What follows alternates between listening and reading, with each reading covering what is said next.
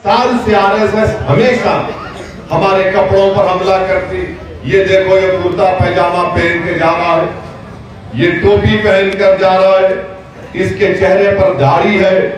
तो ये इनकी जबान से, कांग्रेस के मौजूदा आरएसएस अन्ना की जबान से निकला, जो मुझे ताजुब नहीं है। मैं थोड़ा बहुत पढ़ा हूं आरएसएस के बारे में और भी पढ़ रहा हूं। आप उनकी हर गुरु गोलवालकर की किताब बंच ऑफ थॉट्स पढ़ लीजिए, वी आर नेशनहुड डिफाइंड पढ़ लीजिए, पंडित दीनदयाल उपाध्याय की किताब उठाकर देख लीजिए, इनके सर संचालक के तकारीर को उठाकर देख लीजिए, अब्दुल गफूर नूरानी की किताब आरएसएस जो जामे किताब है वो पढ़कर देख लीजिए। इसमें यही लिखा गया है। और कांग्रेस की तारीख बता रहा हूं, 1950 में मौलाना अबुल कलाम आजाद कलकत्ता गए थे। कलकत्ता में एक फसाद हुआ था, कलकत्ता में एक फसाद हुआ था, मौलाना हिफ्जुर रहमान भी साथ थे उनके। और आप बोलेंगे तुम कहां से पढ़े? ये मुंसिफ उर्दू अखबार है, 22 अक्टूबर का उसे मजमून छपाने पर बोलते कहां से ला लिए, दिमाग से बना लिए। उसमें लिखा हुआ है कि मौलाना अबुल कलाम आजाद जब फसाद हुआ तो नेहरू और पटेल से बोले कि क्यों जुल्म हो रहा है मुस्लिम अक़लियत के ऊपर। तो जब मौलाना आजाद पार्लियामेंट को आए तो मौलाना आजाद की शेरवानी को फाड़ दिए थे कांग्रेस वाले। तो उस जमाने से इनको शेरवानी से नफरत है। हिंदुस्तान का, भारत का सबसे पहला एजुकेशन मिनिस्टर मौलाना आजाद शेरवानी पहनते थे। आप देख लो, ये नफरत उस जमाने से चली आ रही। और हिटलर भी उस वक्त के जर्मनी ने जो 60 लाख यहूदियों को जो कत्ल किया था, कैसे कत्ल किया? उनके कपड़ों पर हमला किया पहले, फिर उसके बाद उनकी तहजीब पर हमला किया, उसके बाद उन पर जिस्मानी हमले शुरू हो गए। तो ये आरएसएस अन्ना हिटलर के पहले सीढ़ी पर कदम रख चुके हैं तेलंगाना में। तो मेरी आपसे गुजारिश है कि आप कांग्रेस के असली चेहरे को पहचानिए। बीजेपी और कांग्रेस में कोई फर्क नहीं है। इसीलिए मैंने कहा कि कांग्रेस आरएसएस की मां है। और हम एक नमाज से रुक चुके हैं, मैं तकरीर जारी रखूंगा। और आरएसएस बीजेपी को कंट्रोल करती है। तो इन लोगों को आप पहचानिए, अपने वोट को जाय होने से बचाइए। मजलिस आपकी आवाज है। ये दोनों नहीं चाहते कि अक़लियतों के सियासी मजबूत सियासी क़यादत रहे, क्योंकि कांग्रेस ये समझती है कि जिस दिन अक़लियतें अपनी सियासी क़यादत को मजबूत बनाते जाएंगे तो कांग्रेस को डर लगता है कि हमारा क्या होगा। और बीजेपी को डर ये लगता है कि ये लोग जमहूरियत को मजबूत कर रहे हैं। तो इसीलिए दोनों एक जगह पर जमा होकर मजलिस की मुखालिफत में लगे हुए हैं। तो कोई ये बोलता, आप देख लो अमित शाह आएंगे और वजीर आजम आएंगे, इनके मिनिस्टर आएंगे, मजलिस का राग पढ़ेंगे, मजलिस को गाली देंगे। अब कांग्रेस के तो इनके साबिक़ा सदर राहुल आए, आकर ये बोले कि मजलिस पैसे लेती है। चलो थोड़ी देर के लिए मैं मान लिया तुम्हारी बात को। अगर ये पैमाना है इलेक्शन लड़ने का कि तुम्हारी अहमकाना सोच में ये बात पैदा हुई राहुल, तो फिर तुम अपनी पार्टी के सदर थे 2019 के लोकसभा के इंतखाबात में। तुम 500 से ज्यादा लोकसभा की सीट लड़े, तुम 50 सीट जीते। अगर तुम्हारी सोच के मुताबिक अगर मैं ये कह दूं कि तुमने कितने पैसे लिए मोदी के साथ, तुमने कितने पैसे लिए मोदी से बताओ। आप अमेठी का इलेक्शन हार गए स्मृति ईरानी के, मोहतरमा स्मृति ईरानी के खिलाफ। तो आपने कितने पैसे लिए? वायनाड क्यों जीते?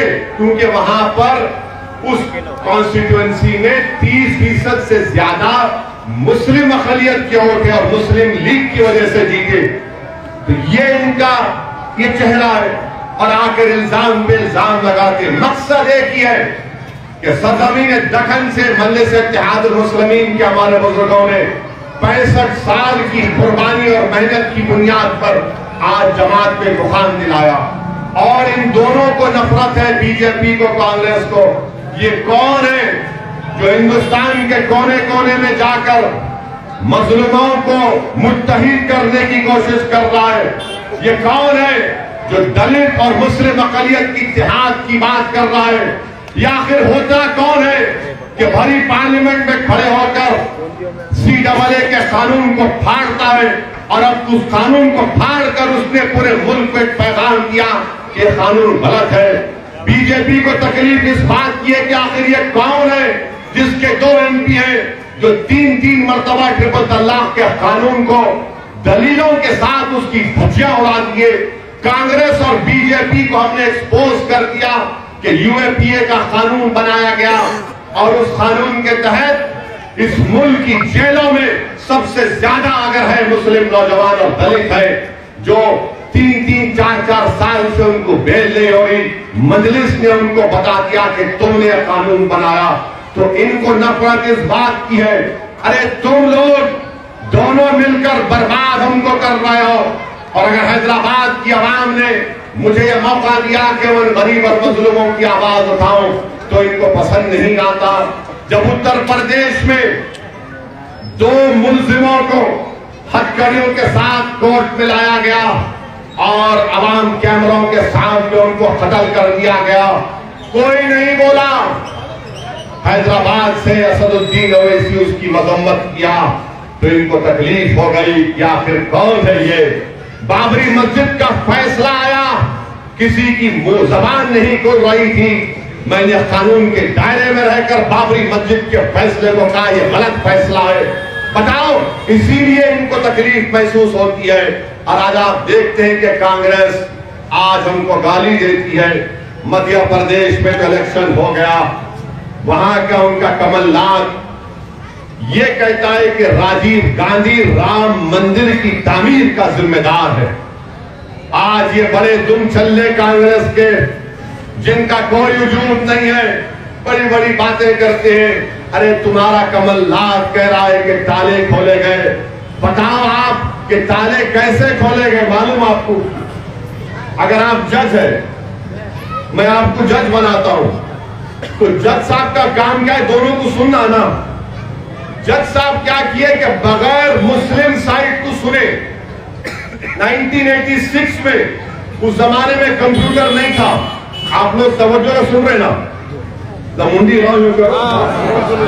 तो जज साहब जो है दोनों साइड को बगैर सुने एक साइड को सुन लिए। अब आपका मुकदमा आप बोल रहे जज साहब मैं भी हूं, मैं भी बोले नहीं होगा बस। उस जमाने में कंप्यूटर नहीं था। 5 मिनट में जज साहब ने 26 पेज का ऑर्डर दे दिए, ताले खोलो। 5 मिनट में, कोई कंप्यूटर नहीं 86 में। और बाद में जज साहब अपनी किताब में लिखे, मैं जजमेंट इसलिए दिया, मैं 2 दिन से मेरे घर पे काला बंदर आके बैठा था, मैं समझा प्रभु से इशारा हो गया। मेरा फसले लिखे उन्होंने 2 दिन मैं कोर्ट की दीवार पर देख रहा था, काला बंदर आकर बैठा, मेरे को ही घूर के देख रहा हूं, मैं समझा इशारा हो गया, इसलिए मैं जजमेंट दे दिया। आप बताओ क्या मजाक है?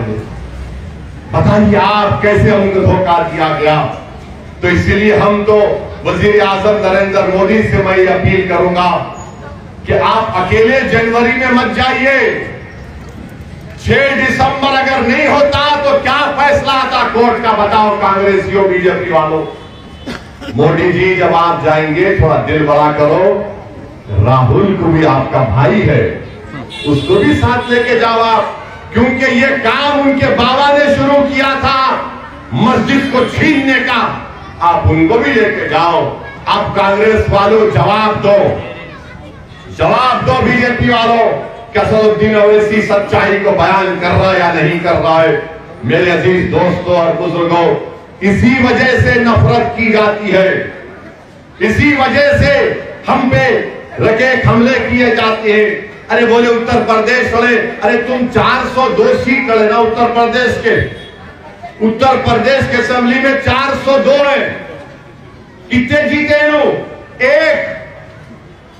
बीजेपी कितने जीती? को 250 MP उनके आए। मैं जिम्मेदार हूं, मैं जिम्मेदार हूं। 400 तो लड़े, बिहार में हम 19 लड़े, 5 मेरे 4 एमएलए को खरीद लिए और ऐसे बेजमीर बेईमान निकले। कोई 50 लाख में बिक गया, कोई 80 लाख में बिक गया। और एक तो 80 लाख रुपए लेके ये जो क्रिकेटर है ना अब्दुल्ला जुबली से, उसको दुबई ले जाके बिरयानी की दुकान खोला। मैं बोला ये तो हैदराबाद की मशहूर कहावत है कि मामू की दुकान पे नाना की फातिहा हो रही। मेहनत मैं और माजिद और तमाम लोग किए। 4 साल हम लोग गए सीमांचल को, मेहनत किए। वहां की आवाम ने एतमाद किया। अख्तर उल ईमान की क़यादत में 5 एमएलए जीते, 4 रुपये खरीद लिए, एक बिरयानी की दुकान खोला, एक क्या की कर लिया। खैर कोई बात नहीं, फिर जाऊंगा सीमांचल को। वो 5 ये 4 गद्दार जो धोखा दिए, इंशाअल्लाह ताला सीमांचल की आवाम इनको गद्दार करार देगी, मीर जाफर मीर सादिक करार देगी। फिर मजलिस के मेले जीतेंगे। मैं पीछे हटने वाले का नाम असदुद्दीन ओवैसी नहीं है। मैं लड़ूंगा जाकर और पहला काम होगा सीमांचल से, किशनगंज से इंशाअल्लाह मजलिस का एमपी इलेक्शन लड़ेगा।